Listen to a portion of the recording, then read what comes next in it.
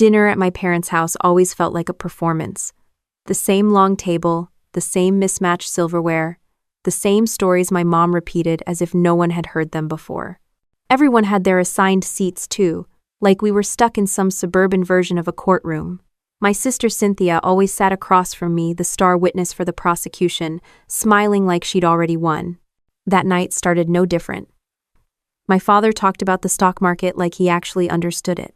My mom bragged about her new neighbor's dog-sitting business. Cynthia laughed at every joke, touching her husband's arm just enough to remind everyone she had one. I was halfway through my salad when she stood up, tapping her glass with a spoon. "Before we eat, I have an announcement," she said, her voice just a little too proud. Everyone looked up. I didn't. Announcements in my family never went well for me. Cynthia smiled wider, the kind of grin people practice in the mirror before job interviews. "You all know Dana's house, the big one on Brookstone Drive?" She paused like she was waiting for applause. "Well, I sold it. At first, I thought I'd misheard. My fork froze halfway to my mouth. My mom gasped, but it wasn't shock, it was excitement. "You sold it? That's wonderful! Finally!" "Yeah," Cynthia continued, glancing at me like she was delivering a mercy killing. "I got an offer for $480,000. Cash." The table erupted in congratulations. My father whistled. "That's a hell of a deal," he said. "About time that property stopped bleeding taxes." I didn't say a word. I couldn't. Every sound in the room seemed too sharp. The clink of glasses, the scrape of a chair, my own heartbeat pounding in my ears. Cynthia raised her wine glass. "To new beginnings," she said, "and to finally making smart financial choices for the family." I forced my lips to move. "You sold my house?" She blinked like I'd said something inappropriate. "Well, technically, it was still under your name, but you were overseas for months. You weren't even using it. I figured it was time to move on. The market's great right now." My mom nodded in approval. "See, Dana? Cynthia knows how to take initiative." I wanted to laugh. Take initiative? I'd spent years earning that house every deployment, every night in sandstorms, every mission that nearly broke me. I'd bought it in cash after my second tour in Afghanistan, my first real step toward something that was mine. And now, it was gone. Cynthia kept talking, explaining how she handled all the paperwork herself, how the buyer was thrilled, and how the money's already in the account. "Which account?" I asked. "Our joint family account," she said, as if that was the obvious answer. I looked around the table. My dad nodded. My mom smiled. Everyone acted like this was normal. The phone in my pocket started buzzing. I ignored it. Cynthia was still talking, her voice filling every inch of air like perfume. My phone buzzed again, then a third time. Finally, I looked. Unknown number. I stepped away from the table and answered. "Miss Callahan?" A man's voice said, tight and rushed. "This is Special Agent Brooks with the FBI. We need to confirm some details about a recent property sale connected to your name." I turned toward the dining room. Through the glass doors, I could see my family laughing. Cynthia raised her glass again. My father poured more wine. "What property?" I asked. "The house on Brookstone Drive," the agent said. "We have reason to believe documents were forged in the transaction. Are you aware of this sale?"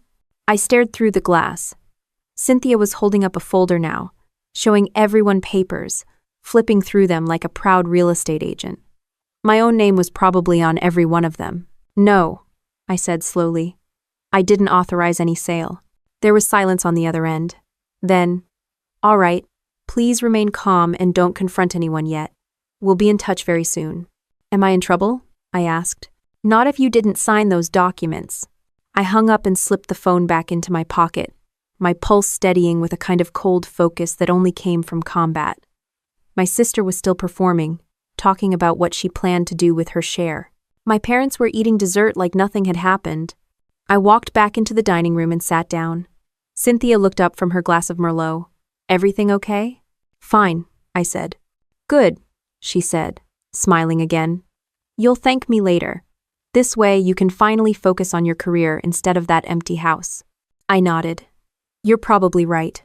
Her smile widened, misreading my calm as surrender. "I always am." No one at that table knew the FBI had just called. No one knew a storm was coming. But I did. and for the first time in years, I didn't feel invisible.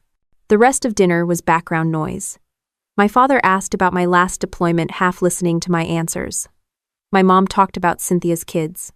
Cynthia kept circling back to the sale, bragging about how she'd negotiated the price up.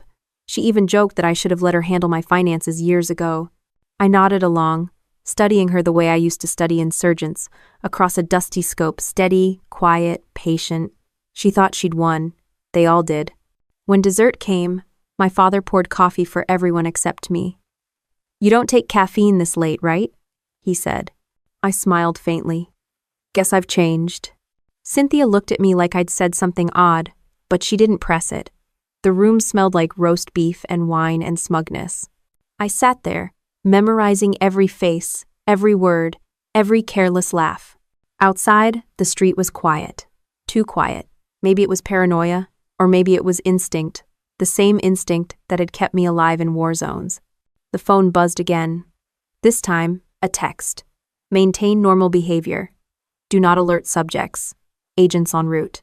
I set the phone face down beside my plate and picked up my fork. Cynthia poured herself more wine. "You know, Dana, it's really not a big deal," she said, her voice syrup sweet. "You'll get over it. Family should share everything, right?"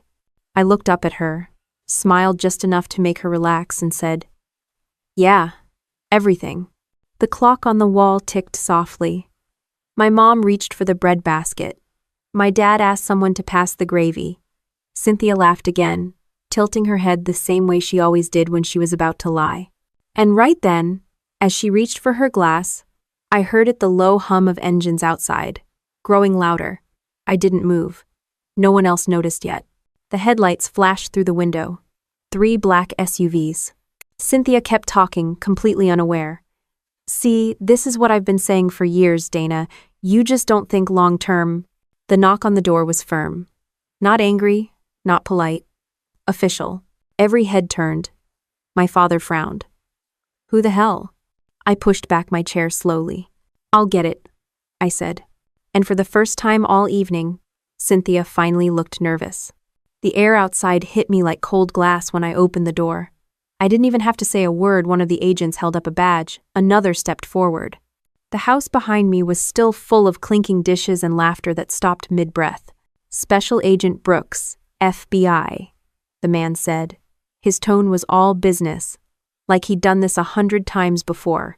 "We have questions regarding a property transaction under the name Dana Callahan." My mom's voice cracked behind me. "What's this about?" Cynthia stood up, the color draining from her face. "Wait, what's going on?" Brooks didn't answer. He motioned toward the living room. "We'll talk inside." I stepped aside and let them in. The sound of their boots on the hardwood floor made the entire house feel smaller. My dad looked like he'd been slapped. My mom clutched her pearls like they were a lifeline. Cynthia tried to play it calm. "Look, this must be a mistake," she said, smiling that same fake smile she used on church committees. "We just completed a normal sale. Everything's fine." Brooks didn't blink. "We'll determine that. Where's the documentation?" She hesitated, then pointed toward the dining table, where the papers were still spread out. Her wineglass tipped slightly as she gestured, leaving a red smear on the tablecloth. Another agent began collecting the documents. My father started asking questions no one answered. My mom whispered something about lawyers. I just watched. When Brooks finally turned to me, his tone softened a little. "Ma'am, you're the legal owner of this property?" "Yes," I said. "And you didn't authorize this sale?" "No." He nodded once, then looked at Cynthia. "Then we've got a problem." Cynthia tried to laugh. "Oh, come on, Dana's just confused. She's been overseas." "Maybe she forgot." "She didn't forget," I said quietly. Brooks held up one of the pages.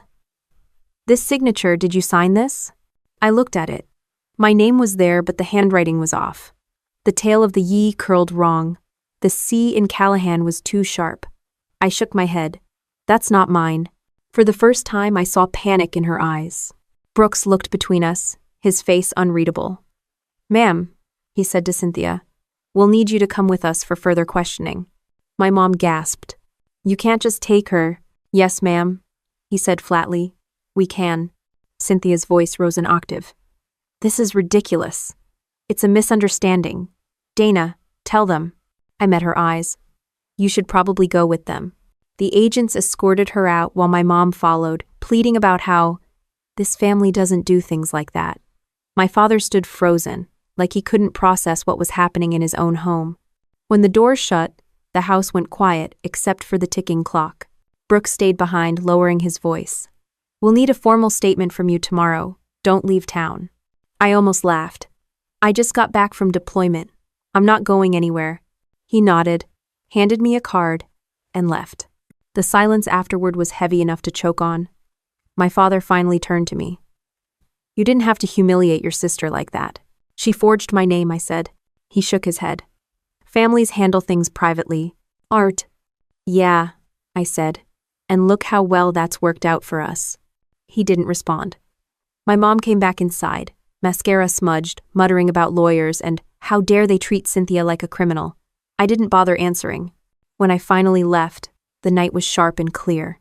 The black SUVs were still parked outside, their lights off but engines running. Cynthia was in the back of one, her head down.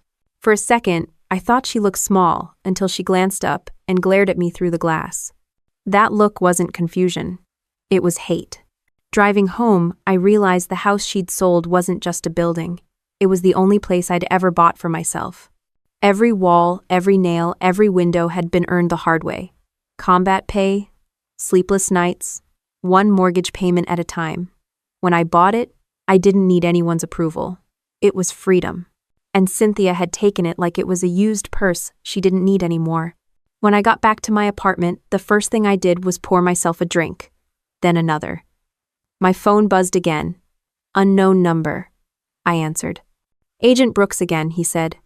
We've confirmed the sale was processed through a fraudulent title company. Your sister forged your signature on at least 3 federal forms. The buyer has already been questioned. Is she going to prison? Too early to say, he replied. But yes, it's serious. I sat down, staring at the wall. I still can't believe she did it.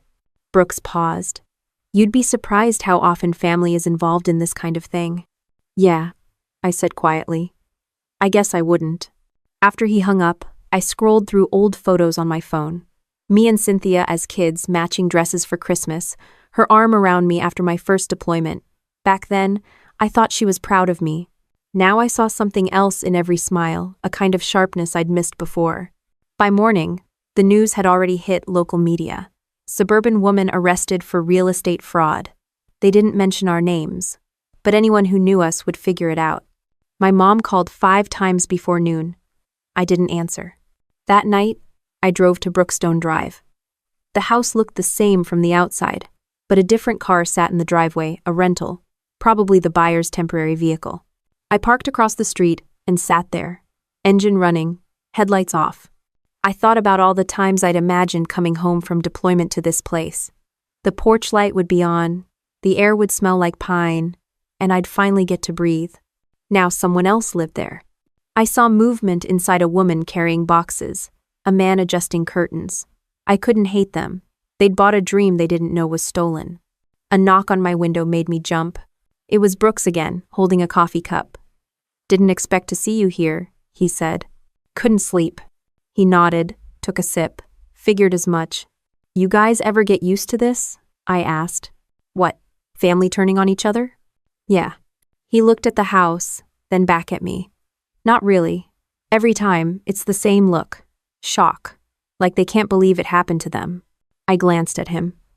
Guess I've got that look too. He gave a small, sympathetic shrug.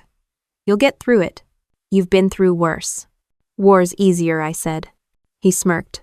At least there, the enemy wears a uniform.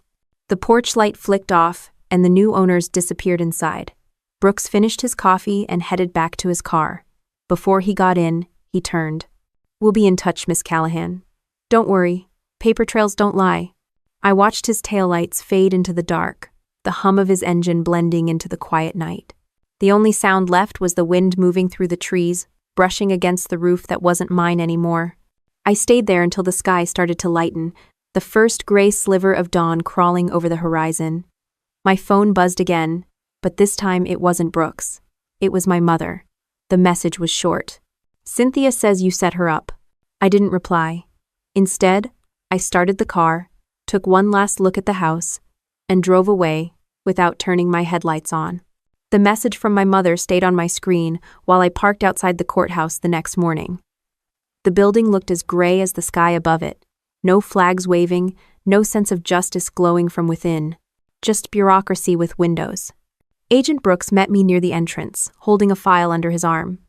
"You look better than last night," he said. "Didn't sleep," I replied. He nodded.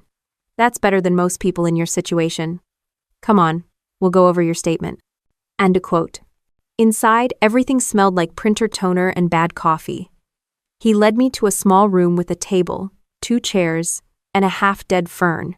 He clicked a pen and slid a form toward me. "Just walk me through what you know." I told him everything from the dinner, to Cynthia's announcement, to the forged signature on the deed. He didn't interrupt once. When I finished, he flipped through his notes. "She's claiming you gave verbal permission," he said finally. "Verbal permission to commit a federal crime?" He cracked a faint smile. "I didn't say it was a good story." Then he pulled out several photocopies and laid them in front of me. My name was on each one, written just slightly wrong. The spacing was too even, the letters too perfect. "She practiced," I said quietly. "Multiple times, according to the buyer's lawyer," Brooks said. "She came into his office confident. Said you were serving abroad and couldn't sign in person, but you'd authorized her by email. She even brought fake emails printed out as proof." I leaned back. "She went that far?" He nodded. "We traced the emails to an account created 2 days before the sale, same IP address as your parents' house. It shouldn't have surprised me, but it still hit hard. I wasn't sure what hurt more, that she'd done it, or that my parents' Wi-Fi had been part of the crime." Brooks kept talking, outlining how she'd forged financial statements, used my military ID number, and convinced the title company the sale was legitimate. She even deposited the funds into our family trust account, an account I hadn't touched in years because my parents managed it. "She said the money would help pay family debts," Brooks said. "Did you know about any debts?" "Only the moral kind," I said. He didn't laugh. "We'll need access to that account. Can you authorize it?" "Gladly." 11.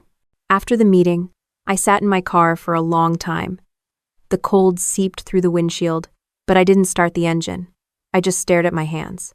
They were steady, the same hands that had held rifles, patched wounds, written after-action reports, hands that knew how to fix things. But this wasn't something I could fix with discipline or training.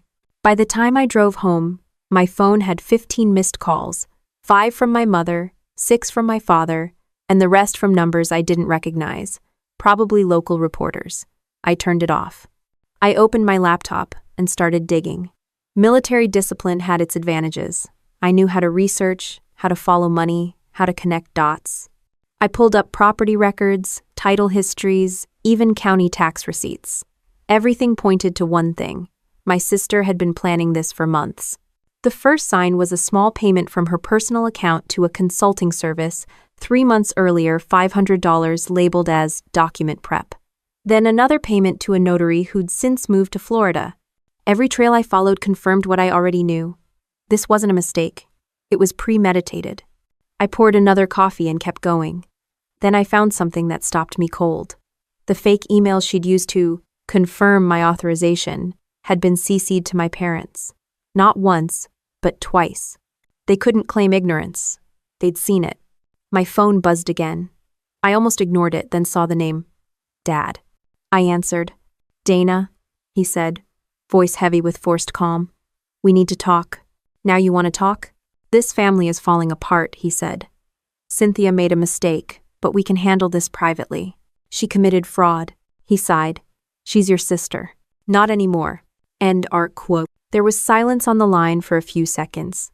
Then the quiet sound of his disappointment, the same tone I'd heard every time I'd done something that didn't fit his idea of family unity. "I hope you realize," he said, "this will destroy her life. She destroyed it herself." He hung up without saying goodbye. That night, I couldn't stop thinking about those signatures. The way she'd probably sat at the same table where we used to eat cereal, copying my name over and over until it looked perfect. She'd even used my middle initial. She knew every curve of every letter. That kind of betrayal didn't come from impulse. It came from knowing someone too well. The next morning, Brooks called again. "You'll want to hear this," he said. "We found evidence she transferred part of the money to a joint investment account, one with your parents' names on it." End quote. I didn't say anything. He continued, "If that's true, they might face charges too, but that depends on whether they knew." "They knew," I said flatly. He paused. "You sure?" "I saw the CCs. They read those emails." "Understood," he said. "We'll dig deeper." After we hung up, I stared at the wall until my eyes burned. There's a special kind of silence that comes after betrayal. Not the peaceful kind, but the type that hums under your skin, like something's about to break. Later that day, a letter arrived handwritten, with my mother's perfect cursive on the envelope. Inside, 3 lines. "You've embarrassed this family enough. Withdraw your statement. Cynthia didn't mean harm. No love, no mom, just orders." I folded it once and dropped it in the trash. That night, I couldn't resist driving past my parents' house. All the lights were on. Through the window, I saw my father pacing, my mother talking on the phone, her gestures sharp. A news anchor's voice came faintly through the glass, words like forgery, investigation, federal offense. I rolled down my window just enough to hear my own heartbeat. Then a different sound, my sister's voice. Faint but unmistakable, coming from inside. She wasn't in custody anymore. I sat there, hands gripping the wheel, until she appeared at the front door. Her hair was messy, her face pale, but she smiled when she saw me through the windshield. She lifted her hand and waved. Not a friendly wave, a slow, taunting one. Like she already knew I was still playing defense in a game she'd started months ago. I didn't wave back. Instead, I turned the key, shifted into drive, and let the tires spin just a little too long before catching the road. The sound echoed down the empty street as her wave hung in the rearview mirror, frozen in the glass like a ghost I hadn't learned how to fight yet. The knock on my apartment door came just after sunrise. I hadn't been sleeping much anyway. I opened it to find Brooks standing there again, holding a folder thick enough to break a table leg. "You got a minute?" he asked. I stepped aside. "I assume you brought bad news." "Depends on how you define bad." He sat down at my kitchen table like it belonged to him and spread out a few pages. "Cynthia's lawyer filed a motion this morning claiming she acted under family authority. She's saying you gave her verbal approval before leaving the country. She's painting herself as the victim of a misunderstanding." I poured him coffee without asking. "And the evidence?" "She forged half the documentation, but her attorney's spinning it like she was trying to manage your affairs responsibly." "Yeah, responsible people always steal houses." He smirked slightly. "They're also claiming your military income made you too absent to handle property matters." I leaned on the counter. "So, serving my country now counts as negligence?" He shrugged. "In her lawyer's world, maybe? But here's the kicker, your parents are backing her statement." That landed like a punch. "You're kidding." "I wish I were. They submitted written affidavits saying they believed she had your consent. If they hold to that story, they might dodge charges." I stared out the window. The city was waking up, cars humming, dogs barking, people going about their day as if justice wasn't something you had to wrestle for. Brooks flipped a page. "We found transfers. Your sister moved part of the money into your father's investment account. He cashed out last week." I turned back to him. "They're in this together." He didn't answer, which said enough. I sat down across from him. "What happens next?" He closed the folder. "We keep building the case. Fraud's easy to prove if people get greedy. They always leave fingerprints, bank statements, texts, careless words. It's just a matter of time." He stood up. "You should lay low. Keep working with us. Don't contact them directly." "I won't," I said, though I wasn't sure I believed it. After he left, I looked around my apartment. It wasn't much, just a rental near the base with furniture that didn't match, but it was mine. For now, my real home, the one Cynthia had sold, was just a file number in an investigation. I opened my laptop again and scrolled through old photos of the house. The wide porch I'd rebuilt myself, the oak floors that creaked in just the right spots, the small garden where I'd tried and failed to grow tomatoes. Every image looked like proof of something I'd lost. By noon, I gave in to impulse and drove to see it again. The buyers, an older couple, were outside, trimming bushes. I parked down the street and walked up slowly, hands in my jacket pockets. The man straightened up first, friendly but cautious. "Can I help you?" he asked. I introduced myself. "I used to live here." His expression softened. "Oh, you're Dana. We heard about what happened. I'm so sorry. We had no idea the sale was fake." His wife came out, drying her hands on a towel. "We tried to cancel when the agents told us, but our lawyers said we had to wait for official direction." "Dick."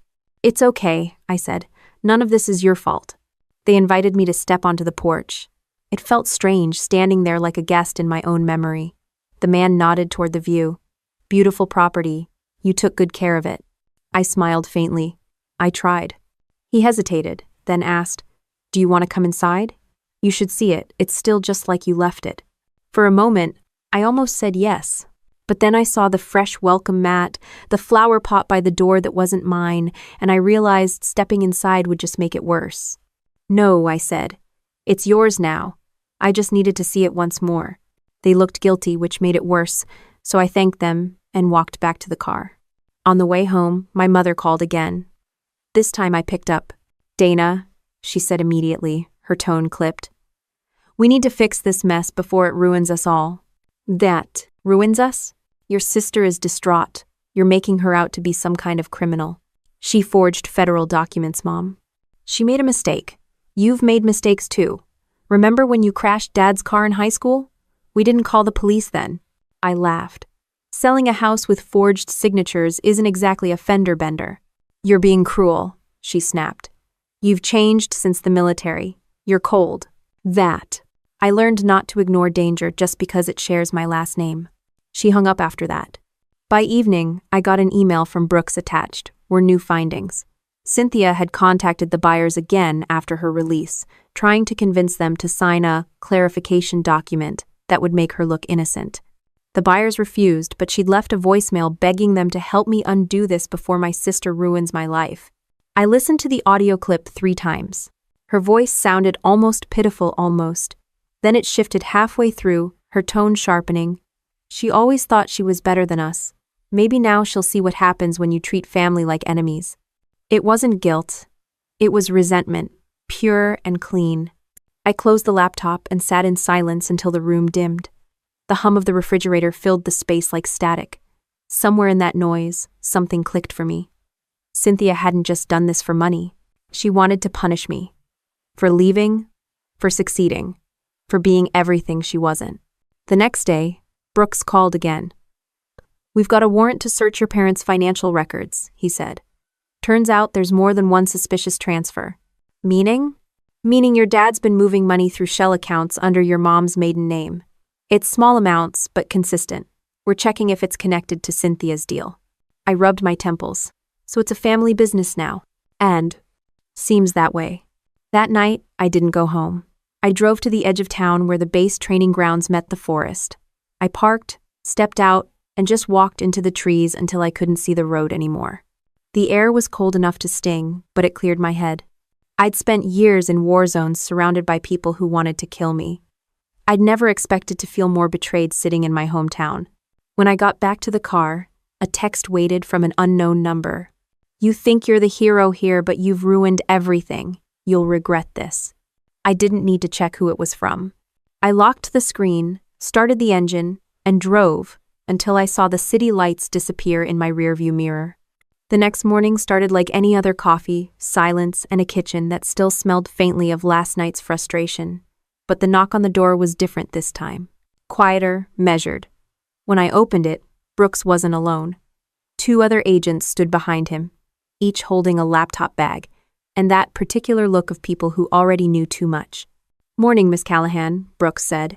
"We're setting up a temporary command post. You okay with that?" "Sure," I said. "Just keep the coffee pot full." They stepped in and immediately turned my dining table into a federal operations hub. Wires, folders, coffee cups, it looked like an organized mess, which apparently was how justice worked. Brooks sat across from me and tapped his pen. "You ready to help us connect the dots?" "I've got nothing else to do," I said. He slid a document toward me. "These are financial transactions tied to your family's accounts. Notice anything off?" It took me less than a minute. "This one," I said, pointing at a transfer labeled Consulting Services LLC. That's not real. He nodded. You're right. We traced it to an unregistered business Cynthia created 2 months before the sale. It funneled small payments from the house's escrow account. So she stole money before she even sold the place. Looks that way, Brooks said. Classic pattern, test the system first, then go big when no one notices. The other agents listened silently, typing notes. Every keystroke sounded like confirmation that my family wasn't just dysfunctional, they were organized. Brooks leaned back. Tell me something. Has your sister ever done anything like this before? Not legally, I said. But she's always been strategic. When we were kids, she used to fake being sick to skip school, then sell my homework answers to other students. She figured out manipulation before she learned algebra. He smiled faintly. She didn't grow out of it. I stared at the printed spreadsheet. Each number another nail in the coffin of whatever was left of our family name. How long until she's charged? Soon, he said. But it's not just her anymore. We think your parents helped conceal funds. Your father's investment accounts show transfers from your sister's fake company. My chest tightened. So they knew everything. Brooks didn't look surprised. They knew enough. I leaned back in my chair. You ever deal with families like mine before? He raised an eyebrow. All the time. Usually it's about inheritance or real estate. Greed makes blood irrelevant. I let out a dry laugh. I spent years fighting people who wanted to kill me. Turns out I should have been watching the ones who wanted to help me. He didn't respond, but one of the younger agents, a woman with short hair and a sharp tone, looked up from her laptop. For what it's worth, you're handling this better than most victims. I've been trained for chaos, I said. This is just a different battlefield. By noon, the team had gathered enough evidence to file an extension on the investigation. They'd found forged emails, fake invoices, even a notarized letter claiming I was transferring property management rights to my sister. The notary had gone missing, but the signature matched one from a mortgage scam case in Texas. Brooks stood, stretching his back. We'll take this to the district office. You might want to stay somewhere else tonight just in case the family tries to make contact. End quote. I looked at him. You think they'd show up? I think people who are desperate do dumb things. He wasn't wrong. That evening, as the agents packed up, I noticed a small folder left on the table. You forgot this, I said. Brooks turned, saw it, and hesitated. That's for you. Inside was a printed statement from my sister, written during her brief detention. It wasn't addressed to me directly, but every line dripped with venom that couldn't have been for anyone else. I was trying to protect what's ours. Dana never understood family. She only cares about herself, her career, her medals. I did what she wouldn't, took responsibility. Maybe she should thank me. I closed the folder. Protecting family by committing fraud. That's new. Brooks gave a small shrug. She's rationalizing. Happens every time. After they left, I sat alone at the table, the folder still in front of me. For years, my sister had been the favorite, the one who stayed close, who attended every Sunday dinner, who played the perfect daughter. I'd been the ghost, the one who left for deployments and came home too quiet, too serious. My parents called me the soldier, like it was a warning label. I'd thought distance protected me. Turns out it just made me easier to rob. Around midnight, I got another text. This time from an unknown number with no name attached. You don't get it. You're destroying your own bloodline. Stop before it's too late. I stared at the screen, then typed back. Too late already. No reply. The next morning I found my car keyed. Deep, deliberate scratches running across both doors. No note, no witnesses, but I didn't need any. It wasn't random. I called Brooks. Someone vandalized my car. Family? Who else? He sighed. All right, I'll send a team to check security cameras. And a trapdoor. As I waited for them, I caught sight of my reflection in the window. I looked more like my old self from deployment, tight jaw, guarded eyes, the face of someone expecting incoming fire. The agents arrived within the hour. They reviewed the building's security footage, and sure enough, there she was, Cynthia. In a hoodie, late at night, moving fast. She looked right into the camera once, her expression blank. Brooks shook his head. She's spiraling. She's escalating. I corrected. He agreed. We'll document it. Adds to the harassment charges. For the rest of the day, I kept busy. I went for a run. I cleaned the apartment. I even went to the grocery store, pretending I wasn't being watched. But every sound, a car door slamming, a phone vibrating, footsteps in the hall felt heavier. That evening, I sat by the window again. The same spot where I'd first seen the agents arrive days ago. The street below was quiet, suburban, harmless looking. But I knew better now. Normal didn't mean safe. I thought about something Brooks had said earlier, that greed makes blood irrelevant. Maybe that was true. But part of me suspected this wasn't just about money anymore. My sister wanted me broken, publicly and completely. I turned off the lights and sat in the dark, letting my eyes adjust to the faint glow from the street lamps. Somewhere, an engine idled too long, then faded away. It didn't matter. I'd learned to wait things out. In war, patience was survival. Here, it would have to be justice. When the clock hit midnight, the phone lit up again, this time with a name I recognized. Dad. I let it ring until it stopped. Then it buzzed again, this time with a voicemail. I didn't play it right away. I sat there, staring at the phone until the glow faded. Finally, I hit play. His voice came through, low and tense. Dana, you don't know what you've started. The FBI isn't your friend. They're going to ruin all of us. You need to stop cooperating before you regret it. The message ended with silence. I replayed it once, then deleted it. Outside, the first morning light started to creep across the horizon, painting the city in dull gray.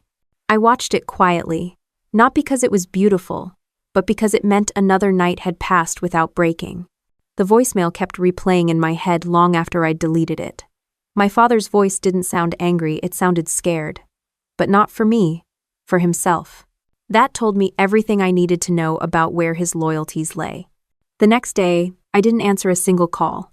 Not Brooks, not my parents, not the unknown numbers that kept popping up with fake area codes. I turned off my phone, stuffed it in a drawer, and decided to take the one thing the military had drilled into me since day one: control what you can, ignore the noise. I went back to the gym on base for the first time since returning home. The same smell of metal and sweat. The same playlist of angry rock music. But even in that familiar noise, I could feel eyes on me. 2 soldiers from my old unit stopped mid-rep when I walked by. One whispered something to the other and smirked. By the time I finished my set, the base rumor mill had probably already connected the dots. Captain Callahan's family's under FBI investigation. Military gossip traveled faster than bullets. I kept my head down and left. When I got to the parking lot, someone had left a folded note under my windshield wiper. I unfolded it carefully, half expecting another threat. Instead, it said only 3 words in black marker: loyalty is everything. No signature. I took a photo and sent it to Brooks with the caption, "This is getting old." He texted back a minute later, "Stay alert. We're monitoring communications from your parents' house. They've been talking to someone we can't identify." That didn't surprise me. My family had a way of turning secrecy into an art form. Back home, I made dinner and tried to pretend normal still existed. Pasta, TV, nothing exciting. But when I went to throw out the trash, I noticed the smell first burnt paper. I followed it to the dumpster behind my building. Someone had dumped a pile of half-burned documents, bank statements, photocopies, legal letters. Some pages were intact enough to read. One had my name on it. It was from a lawyer representing my family's trust.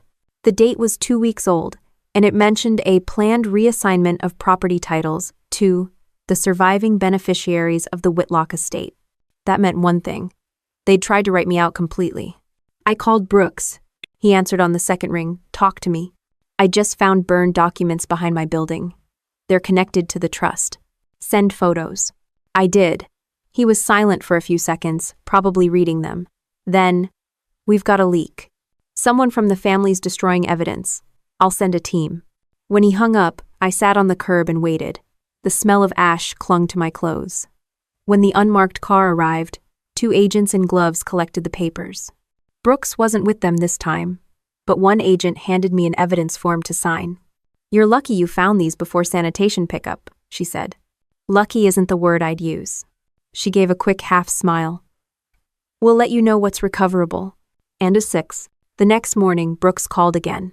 "Good catch last night," he said. Those weren't random. We traced them back to your sister's printer. She's been trying to rewrite legal history. Any idea why dump them behind my building? Maybe to send a message. Maybe she panicked. I laughed under my breath. Cynthia doesn't panic. She plans. Then she's planning something, he said. That day, I kept my curtains closed. Every time a car slowed near the building, I tensed. Every knock on a neighbor's door made me listen harder. Sleep came in short bursts, 20 minutes here, half an hour there. The dreams were the worst. Not war, not sandstorms, not the usual nightmares. Just my sister at the dinner table, smiling like she always did before a lie. By the third day, Brooks called again. We've got new intel, he said. Your sister met with an attorney who specializes in asset recovery. She's trying to sue the buyer of your house, claiming she was the one defrauded. She's suing them? Yep. Claims she was misled by you and coerced into selling. I almost laughed. So she's the victim now. She's rewriting the script. Happens all the time. But don't worry, we've got the receipts. I didn't doubt him, but I also knew how public perception worked. All it took was one well-placed story, one photo, one edited quote to turn the truth upside down. Sure enough, 2 days later, a local news article popped up online. Army captain accused of betraying sister in real estate scandal. No sources, no evidence, just anonymous family friends. I scrolled through the comments. Greedy soldier rounds family. Bet she's using PTSD as an excuse. Imagine betraying your own sister like that. I didn't realize how tight my jaw was until I felt my teeth ache. I sent the link to Brooks. He called 5 minutes later. We're aware, he said. We're tracking the IP that posted the story. It routes back to an anonymous PR firm in Georgia. Guess who hired them? Cynthia, I said flatly. Bingo. He sighed. She's getting desperate. This is her version of counterattack. Let her talk, I said. The truth doesn't need PR. Maybe not, he said, but public opinion can taint a case. Keep your head down. I ended the call and looked around my apartment. Every photo, every award on the wall, suddenly felt like evidence in a trial I didn't start. I decided to get out for a while. I drove with no destination, just needed the motion. The highway blurred into farmland, the radio static filling the silence. Eventually, I ended up at a small diner on the outskirts of town. The waitress poured coffee without asking questions. Rough day? She asked. Something like that. She smiled. You look like someone who doesn't lose easily.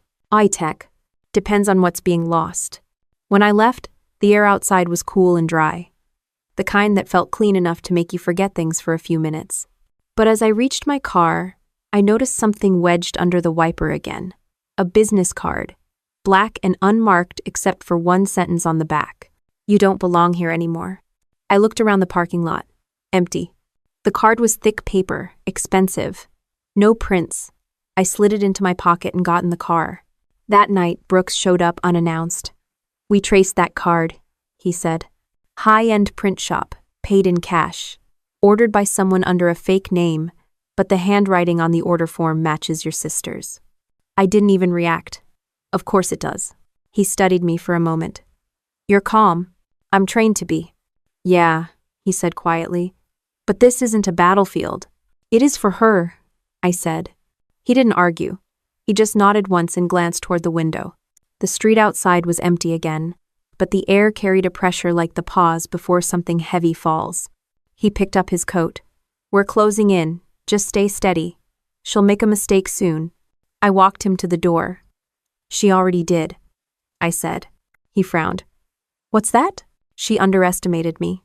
After he left, I locked the door, double-checked the windows, and sat in the dark. I didn't feel anger anymore, just focus. The kind you get when you realize survival and justice might be the same thing. Outside, the wind shifted. Somewhere, a car door slammed. Then nothing. The kind of silence that makes you think the world's holding its breath. The call came in the middle of the afternoon. Brooks didn't bother with greetings anymore. Your mother invited you to dinner tonight, right? I glanced at the unopened text on my phone. Yeah. She called it a family peace talk, which usually means an ambush. Ard, go, he said. We need you there. Excuse me? He exhaled. We've been tracking communications between your sister and a financial contact in Houston. We think she's still moving money. She doesn't know we have surveillance on her, and tonight might be her next handoff. So you want me to walk into a trap? I said flatly. Think of it as bait with backup. We'll be nearby. You just need to keep her talking. Ender. I stared at the wall, my reflection in the TV screen looking more like a soldier than a sister. Fine, I said. But if I get hit with another salad fork, I'm billing the Bureau for emotional damage. That earned the closest thing Brooks ever gave to a laugh. We'll be in the van outside. You know the drill act normal. Normal's not in our family vocabulary. When I pulled up to my parents' house that evening, the sky had turned the color of bruised steel. The same front porch light glowed warm, like nothing had ever happened. For a second, I just sat there, hands gripping the steering wheel. Then I got out. Inside, the house smelled like rosemary chicken and guilt. My mother greeted me with a smile so brittle it could have cracked. Dana, you made it. How wonderful. Sure, I said. I couldn't resist the promise of forced reconciliation. She flinched but didn't respond. My father sat at the table, half through a glass of whiskey. He looked tired, but not guilty, just inconvenienced. Cynthia appeared from the kitchen, wearing a soft pink sweater, as if dressing like innocence could erase criminal records. Hey sis, she said lightly. Glad you came. I'm under orders, I said. She tilted her head. From who? You don't want to know. She laughed too quickly, too high-pitched, and gestured toward the table. Let's eat. Saturday. My seat was the same one from the night she'd confessed to selling my house. The irony wasn't lost on me. Dinner started in silence. Forks, knives, the faint hum of the refrigerator. My mother tried small talk about the weather. My father mumbled something about the news. No one looked comfortable. Then Cynthia broke the quiet. So, she said, cutting her chicken delicately, have you thought about what this investigation is doing to all of us? I looked at her. I've thought about what you did. That's enough thinking for one family. She sighed dramatically. You're making it sound like I murdered someone. I was trying to fix a financial mess. You left, remember? Someone had to take charge. I leaned back. By forging my name? By stealing $500,000? Her jaw tightened. You always exaggerate. Right, I said. The FBI loves my imagination. My father slammed his fork down. Enough. This family has been torn apart because neither of you knows how to forgive. I turned to him. Forgiveness isn't a get-out-of-jail-free card. And, he pointed at me. You think you're so righteous because you wear a uniform, but you've forgotten what it means to be loyal. Loyal. That word again. It was the family's favorite weapon, always aimed at whoever refused to lie for them. Cynthia leaned forward, lowering her voice. You think you're better than us, don't you? You come home with your medals, your perfect posture, and your government friends. But you're just a soldier with no war left to fight, so you turned on your own blood. Crisis. I stared at her long enough for the silence to stretch. Then I said quietly, I didn't turn on my family. My family turned into something I don't recognize. Her face went still. My mother stood up abruptly, muttering something about dessert, probably hoping sugar could fix perjury. Brooks's words echoed in my mind. Keep her talking. So I did. Tell me, Cynthia, I said casually. What's it like stealing money and still sleeping at night? She smiled thinly. Funny question from someone who kills for a living. My father slammed his hand on the table. That's enough. But Cynthia kept going.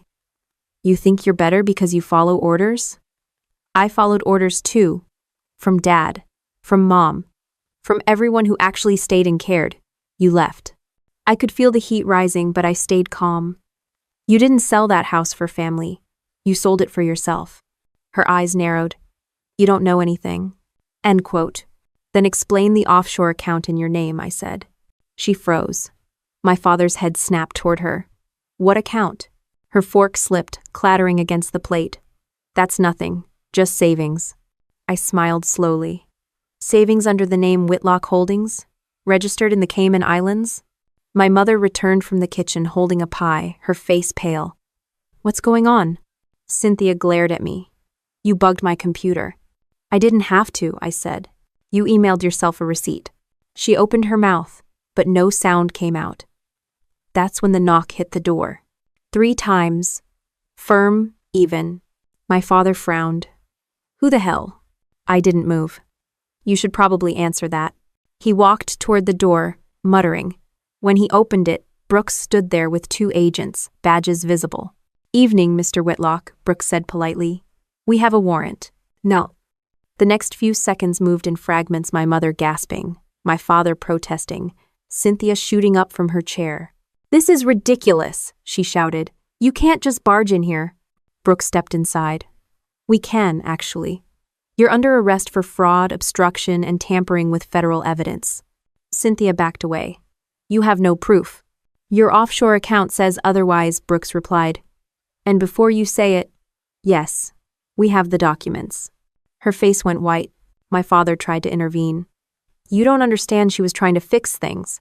Brooks looked at him. Sir, she wasn't fixing anything. She was laundering stolen assets. The air went still. The smell of dinner turned sour. Cynthia shook her head, tears welling up now. You can't do this, Dana. You can't let them take me. I didn't answer. Brooks read her rights while the other agents cuffed her. My mother whispered prayers under her breath, hands trembling. My father just stood there, staring at nothing. As they led Cynthia toward the door, she turned back. Her voice cracked, but the venom was still there. You think this makes you a hero? You'll regret it. I watched her step outside, into the cold air, where blue and red lights bounced across the street. Brooks gave me a brief nod as he followed her out. The house was quiet again, except for my mother's soft sobs. My father poured another whiskey. Are you happy now? He said bitterly. I looked at him, really looked, and realized he didn't see me anymore.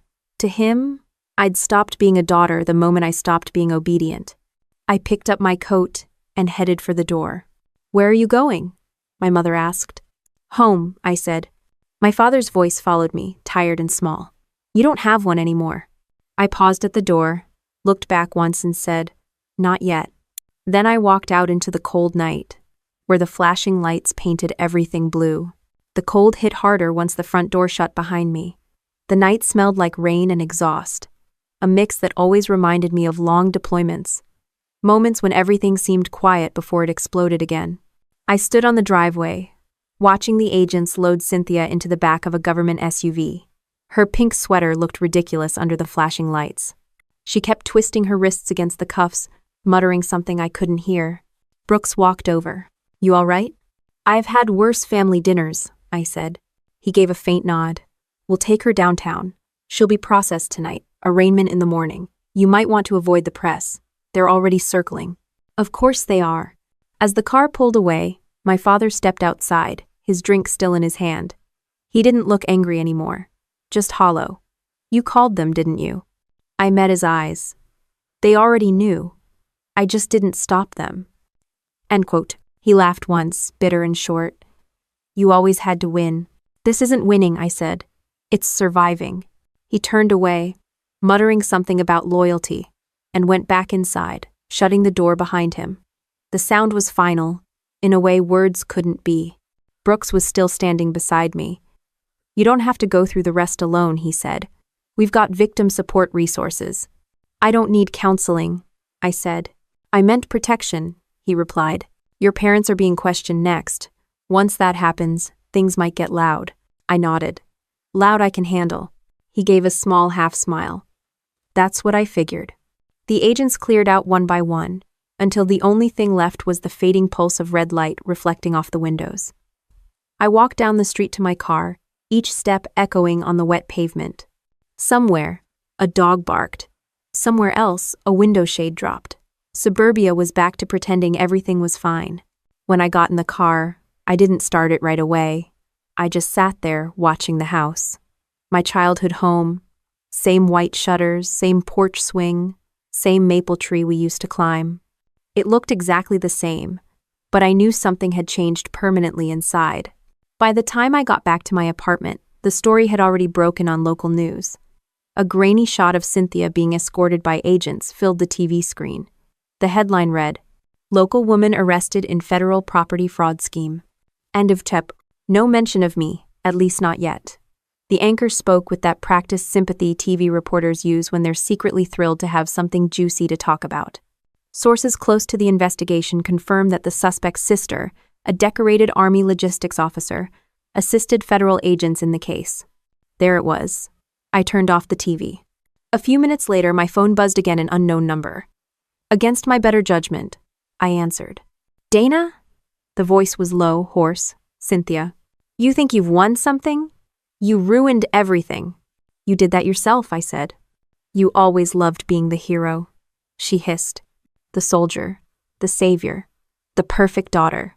You don't even realize what they'll do to you next. You think the FBI's on your side? They're using you. Good night, Cynthia. Don't hang up. You'll regret. I hung up. A few seconds later, a text came through from the same number. You're not safe either. I took a screenshot and sent it to Brooks. He called within 30 seconds. She contacted you? Yeah. Same number as before. He sighed. She's angry. Don't engage. We'll flag the call. She's being moved to federal holding tonight, so that'll stop soon. Good, I said. I've had enough ghost stories for 1 week. After that, the apartment felt heavier, like the air itself had thickened with everything unspoken. I opened a window, but it didn't help. The city noise drifted in sirens, car horns, laughter from somewhere far away. I sat at the kitchen table with a cup of coffee that went cold before I even tasted it. My mind kept replaying that last look Cynthia gave me before the agents took her away. It wasn't fear, it was calculation. The kind of look a cornered person gives when they're already thinking of the next move. The next day, the phone calls started. Reporters, bloggers, even someone claiming to be from a documentary crew. I ignored all of them. Brooks texted updates instead. Parents cooperating. Funds frozen. Buyer cleared. You'll get your house back once restitution is processed. It sounded simple in writing. It wasn't. That evening, I drove to a quiet spot overlooking the bay. The water was calm, the sky low and gray. I'd used to come here after deployments, just to remind myself the world could still be peaceful. I thought about what Brooks said about protection, about things getting loud. He was right. The noise wasn't just external anymore, it was inside my own head. When I got back, my voicemail light was blinking again. One message. It was my mother this time. Dana, they took your sister away like she was a criminal. How could you let that happen? She's family. Blood matters more than mistakes. I hit delete before she finished the sentence. The next morning, Brooks called again. His tone was sharper this time. We've got an issue. Cynthia's been moved to federal custody, but her statement during processing implicated your parents. They'll be charged next. I closed my eyes. So it's official. The whole family's in the system. Pretty much, he said. They'll try to plea out. She's already negotiating for a reduced sentence. By blaming them? By blaming everyone, he said. Including you, if it helps her. I laughed without humor. She's consistent, I'll give her that. Just keep your head down, he said. The truth's on your side. After we hung up, I looked around my apartment again, bare walls, no decorations, no family photos. I realized I'd stopped keeping reminders years ago, probably for this exact reason. The following week blurred into one long routine of interviews, paperwork, and sleepless nights. The FBI wrapped up its report, the media found a new scandal, and the town went back to pretending none of it had happened. But my parents didn't call again. Not once. One afternoon, I got an official letter from the Department of Justice. Property title restored to Dana Callahan. Restitution pending federal ruling. It should have felt like victory, but it didn't. It felt like paperwork attached to a void. That night, Brooks stopped by unannounced again. We did it, he said simply. Did we? I asked. He looked around my empty apartment. Yeah, it doesn't feel like much, does it? Feels like winning a war by yourself, I said. He nodded slowly. Sometimes that's the only way anyone wins. He left after that, leaving the door half open. I closed it quietly and stood there for a while, hand on the doorknob, listening to the hum of the fridge, the faint city noise outside, and my own steady breathing. I went to the window and looked out over the street. Across the way, a neighbor's porch light flickered, the same way mine used to at my old house. For a moment, I could almost smell the pine trees, hear the creak of the floorboards. Then my phone buzzed again, a restricted number. Against every bit of good sense, I answered. A pause, then Cynthia's voice low and hoarse. You think it's over, don't you? I didn't reply. She laughed quietly. It never is. The line went dead. I stared at the phone for a long time before setting it face down on the table. The silence that followed didn't feel empty, it felt earned. The next morning started like nothing had changed. Coffee, shower, inbox full of junk, but the world outside had already decided what I was supposed to be: a whistleblower, a hero, or depending on which headline you clicked, a backstabbing sister who destroyed her family for revenge. I stopped reading the news after the third article called me a cold-blooded soldier with no loyalty. It was easier to let the media chew on their own version of the story than waste time correcting people who didn't want the truth.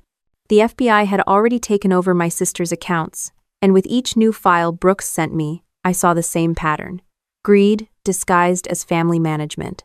Offshore wires, forged emails, fake signatures, loans taken in my name.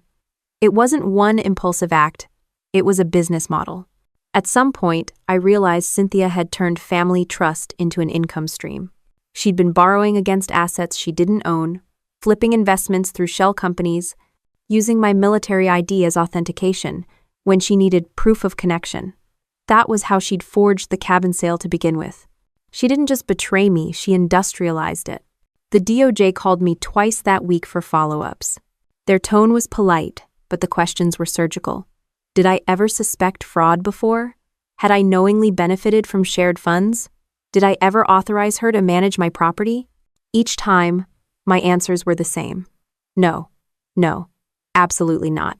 Brooks said they had to ask, it was standard protocol. But I could hear the subtext. Once your family's in it this deep, we double-check everyone. Fair enough. My father's face appeared on the news 2 days later. He and my mother were walking out of the courthouse, cameras flashing. My mother clutched her purse like a lifeline. He stared at the ground, lips pressed into a flat line. The reporter shouted questions. "Mr. Whitlock, did you know your daughter was falsifying documents?" He said nothing. My mother's answer came in the form of tears, carefully timed, camera-ready. She'd always been good at optics. By evening, their lawyer issued a statement. The Whitlocks are victims of manipulation. They trusted their eldest daughter and were unaware of her illegal activities. Translation: throw Cynthia under the bus to save themselves. Brooks texted me, "Classic move. They're trying to isolate her. She'll retaliate." And she did. 3 days later, Cynthia's defense filed an affidavit claiming she'd acted under emotional coercion from me. She painted herself as a victim of my military conditioning, alleging that I had intimidated her into handling finances because I was too detached to manage emotional or domestic responsibilities. I read it twice, then laughed. Emotional coercion. She really was creative. Brooks wasn't amused. She's gambling on sympathy. Doesn't matter if it's absurd if she can confuse the jury. That's leverage for a plea deal. She's turning the courtroom into a stage, I said. Yeah, he replied. And you're her favorite villain.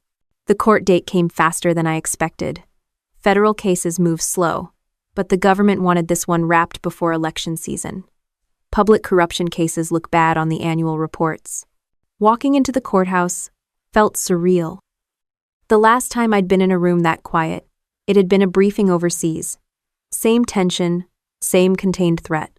Except this time, everyone was wearing suits instead of uniforms. Cynthia sat across the aisle in a gray blazer, her hair tied back like a news anchor. No cuffs, just confidence. She turned her head slightly when she noticed me. That smirk was still there, less defiant now, more hollow. Her lawyer stood up first, delivering a polished opening statement about family miscommunication, shared assets, and a tragic misunderstanding fueled by financial stress. Then the prosecution spoke. No theatrics, just evidence. Screens lit up with emails, bank records, voice messages, my name on documents I'd never seen, signatures that looked like mine, but sharper, colder. The defense kept objecting, but the paper trail didn't care. When it was my turn to testify, the courtroom hushed. The prosecutor asked the basics: rank, service, timeline. Then he asked about the house, about my sister, about trust. I answered calmly. No dramatics, just the truth. How Cynthia had always wanted control. How she'd seen my military deployments as opportunities. How she'd weaponized family ties. At one point, her lawyer interrupted. Would you say your time in the army made you less empathetic toward your sister's situation? I looked straight at him. My time in the army taught me the difference between mistakes and missions. What she did wasn't a mistake. Even the stenographer paused. Cynthia didn't look at me again after that. The prosecution closed with a single line that stuck with me. This case isn't about money, it's about entitlement. The belief that family loyalty excuses theft. When the judge called for recess, Brooks caught my eye from the back of the room. His nod said, "Everything solid testimony, airtight evidence." Outside, cameras waited like vultures. I ignored the questions and walked straight to my car. Inside, my hands shook for the first time in months. Not from nerves, but from exhaustion. 6 years of pretending, surviving, forgiving, and it all came down to a courtroom with bad lighting. The verdict came 2 weeks later. Guilty on all counts. Wire fraud, forgery, obstruction. 4 years in federal prison. Restitution of $480,000. The judge didn't waste words. This case demonstrates that betrayal within a family can be as damaging as any external crime. Justice applies even at the dinner table. I watched Cynthia's expression flicker between disbelief and fury. No tears this time. Just that same calculation fading under fluorescent light. When they led her away, she turned once, eyes meeting mine. No words, just a silent accusation like I gave you life, and you gave me prison. I didn't look away. Outside, reporters swarmed again. Brooks handled them while I slipped through a side exit. The air was heavy with heat, the kind that made the sky shimmer. I walked across the courthouse steps and kept going until the sound of cameras disappeared. That night, I didn't sleep. I sat at my kitchen table again. Same mug, same silence. The weight of it all didn't hit me until sunrise. Not relief, not guilt, just the hollow kind of quiet that follows when the noise finally stops. Around 9 a.m., Brooks called. "It's over," he said simply. "Is it?" He hesitated. "For now." Then he cleared his throat. "The restitution process starts next week. You'll get the title paperwork in the mail. You can finally go home." "And all home," I repeated, the word strange on my tongue. He didn't push. "Take some time off, Dana. You've earned it." After he hung up, I sat in that same silence for another hour before finally standing. I looked around the apartment, bare walls, unpacked boxes, the life of someone who never really planned to stay anywhere. Maybe going home didn't mean returning to the past. Maybe it just meant not running from it anymore. So I grabbed my keys, stepped outside, and started the drive back toward the property I hadn't seen since the night my sister sold it out from under me. The road stretched ahead, straight and empty, the morning sun cutting through the haze. For the first time in months, there was no weight on my chest. Just air, steady and clean. The drive back to the property felt like retracing someone else's life. The further I got from the city, the more the landscape softened open fields, old barns, faded gas stations that hadn't updated prices since the early 2000s. Somewhere between the third coffee stop and the turnoff onto the county road, I realized I hadn't thought about the army once all morning. For the first time, my head wasn't filled with tactical plans or family debris, just the sound of the tires and the steady rhythm of breathing that didn't feel forced. When the dirt road came into view, I almost didn't recognize it. The gate had been replaced with a new steel one, courtesy of the restitution funds, and a fresh mailbox stood beside it, my name engraved cleanly across the top. D. Callahan. The moment I stepped out, the quiet hit me like a memory. Pine needles underfoot, air so sharp it felt sterilized. The porch looked stronger too. Someone had rebuilt the steps, replaced the deck railing, repainted the siding. It was strange to see my sanctuary restored, not by choice, but by consequence. Inside, the cabin smelled faintly of new wood and paint. Government contractors had done a full overhaul, new fixtures, updated wiring, even reinforced windows. Everything gleamed like a version of the past, scrubbed clean. There was a folder on the kitchen counter labeled Restoration Completion Certificate. A note on top, handwritten in neat block letters. "Enjoy the peace you earned, A.H. Nout." Brooks never signed his name, but the initials were enough.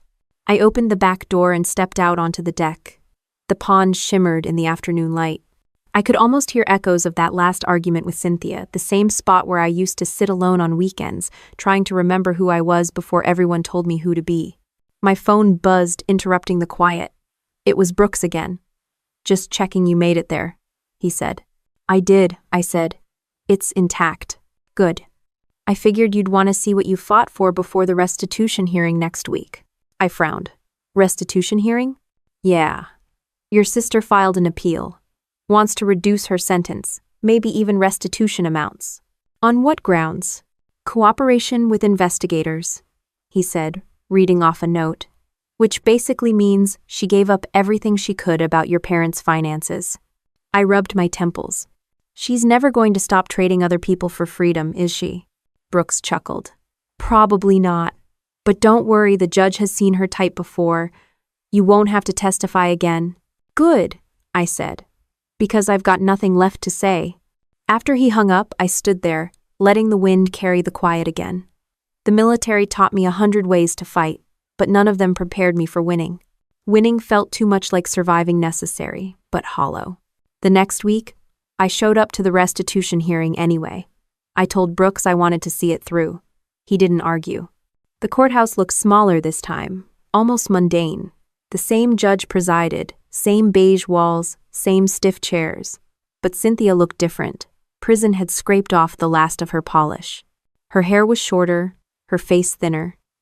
She wore a simple gray jumpsuit, hands cuffed in front this time instead of behind.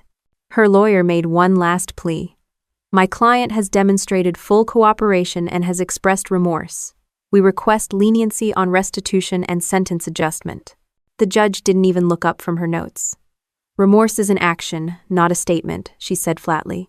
"Request denied." Cynthia flinched, but said nothing. The judge continued, "Restitution to remain at $480,000. Sentence remains 4 years, with eligibility for parole review after 36 months, contingent upon good behavior." The gavel came down like punctuation, not drama. Case closed. When the guards stood to escort her out, Cynthia glanced my way. Her voice was quiet but sharp enough to carry. "You think this makes you clean? You think you're better than us?"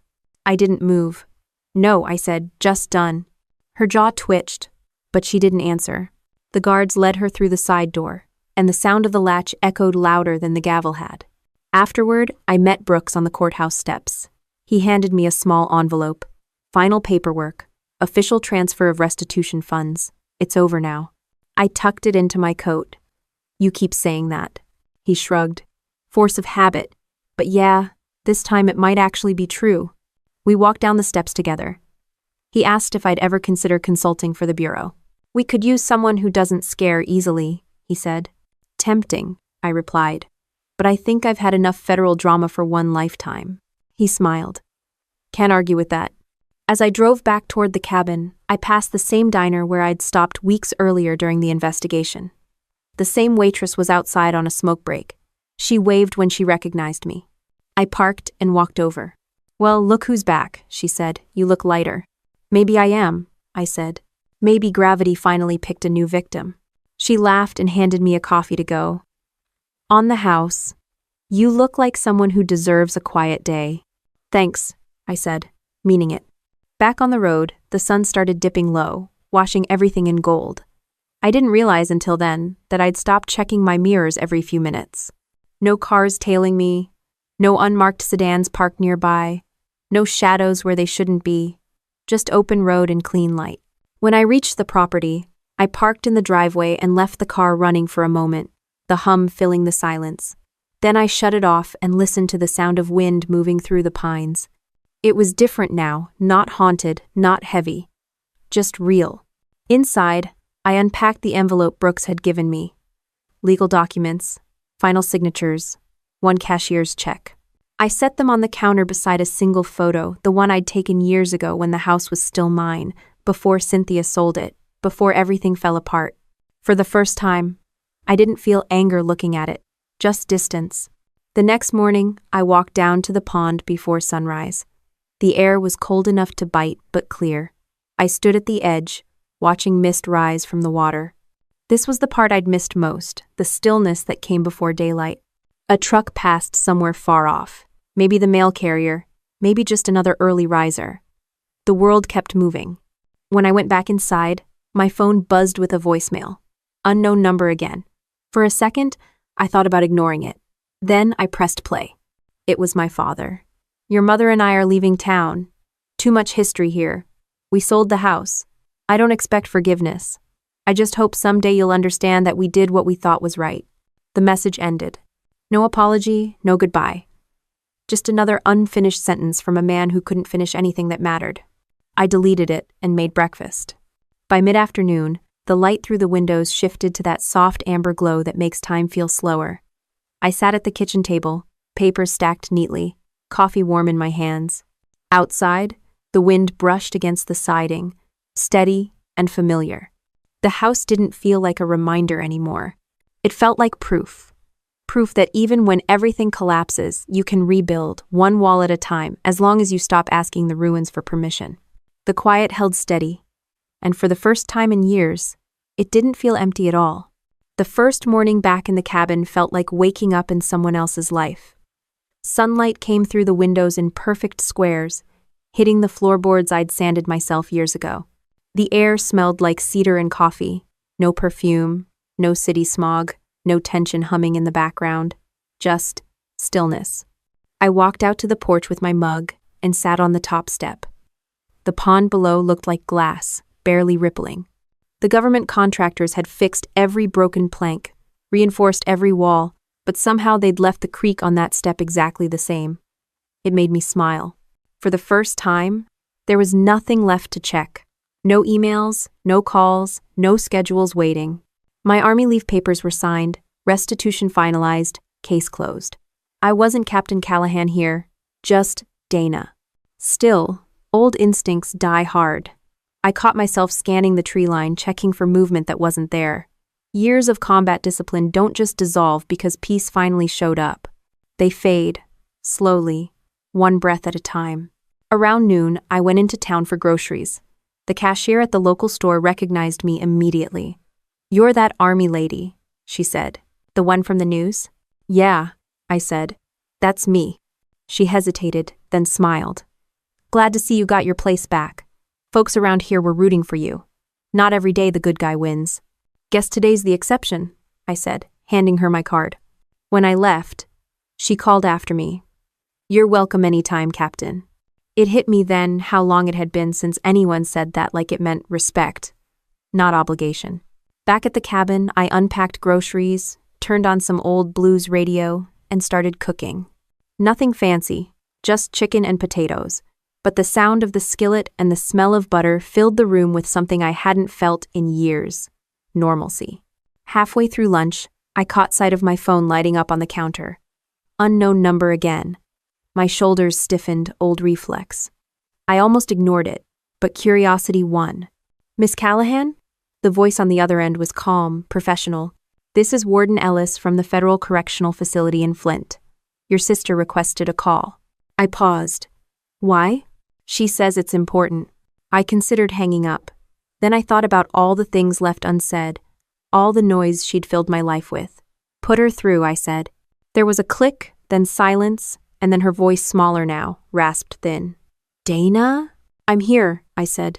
"I'm not calling to apologize," she said quickly as if rehearsed. "Good," I said. "I'm not waiting for one. I just wanted you to know I get it now. The thing you kept trying to tell me." "What's that?" "That control isn't power, it's fear." I didn't say anything. "I used to think I was smarter than everyone," she continued, "but really I was just scared to be average. Scared that you, Miss Perfect Soldier, would always outshine me. So I tried to build something of my own, and I built it on lies." Her voice cracked on the last word. "I guess you win," she whispered. "This wasn't a contest," I said softly. She exhaled, the sound catching like she was fighting not to cry. "Yeah, well, doesn't feel that way in here. Cynthia," I said after a long pause, "I don't want revenge. I just wanted peace. You made it impossible for years, but I've got it now. Whatever you do with the rest of your time, do it honestly. That's the only kind of freedom you can still have." The line went quiet for a moment. Then she said, "You always did talk like a soldier. End of 4. And you always did talk like someone who wanted the last word." I said. She laughed quietly this time. Guess that's not changing. Take care, Cynthia. The line disconnected. I set the phone down and just stood there, the hum of the fridge and the low music filling the silence. It wasn't relief exactly. It was something slower, deeper. A quiet closure that didn't need forgiveness to exist. That evening, I walked out to the deck again. The sun was setting behind the trees, the same way it used to when I came here to escape everything. Only this time I wasn't running from anything. The water below glowed orange and gold, and for a second, I thought of all the people who'd stood in this spot before me. Soldiers, farmers, women like me who'd had to rebuild after the people closest to them tore everything apart. Peace isn't dramatic. It doesn't announce itself with fireworks or applause. It just slips in, quiet and steady, and waits for you to notice. Inside, I turned off the lights and let the dusk fill the room. Somewhere in the distance, an owl called out. I poured a small glass of wine, the cheap kind I used to buy before all this started, and sat down at the kitchen table. The papers from the restitution hearing were still stacked neatly beside me. I opened them one last time, flipped through until I reached the final page with the judge's seal. The words felt almost poetic in their bureaucracy. Case closed. Full restitution awarded. Victim restored to ownership. I traced the embossed stamp with my thumb. The justice system isn't perfect. It's slow, messy, full of politics, but in this case, it worked. And it didn't need to roar to prove it. It arrived exactly how it should. Quietly, methodically, inevitably. I placed the papers back in the folder, pushed it aside, and opened my journal. I hadn't written in months. The first line came without effort. Justice doesn't shout. It whispers and it never forgets who was listening. The words sat there, plain and honest. No fancy phrasing, no dramatics, just truth. I closed the journal and leaned back, listening to the soft ticking of the wall clock. Every second sounded like a reminder that time, no matter how much of it you lose, still keeps offering you more. As the night settled in, I realized something simple but solid everything that had happened. All the chaos and betrayal hadn't broken me. It had just stripped away the noise until only the real things were left. The hum of the wind through the trees, the sound of my own breathing, the peace of knowing no one else owned my silence anymore. Out on the porch, the sky turned black, stars coming through one by one. I stepped outside barefoot, the wood cool beneath me, and looked up. No flashing lights, no agents, no accusations. Just the night, wide and steady. For the first time in years, I didn't need to brace myself for what came next. There was no next. There was just now. And it was enough.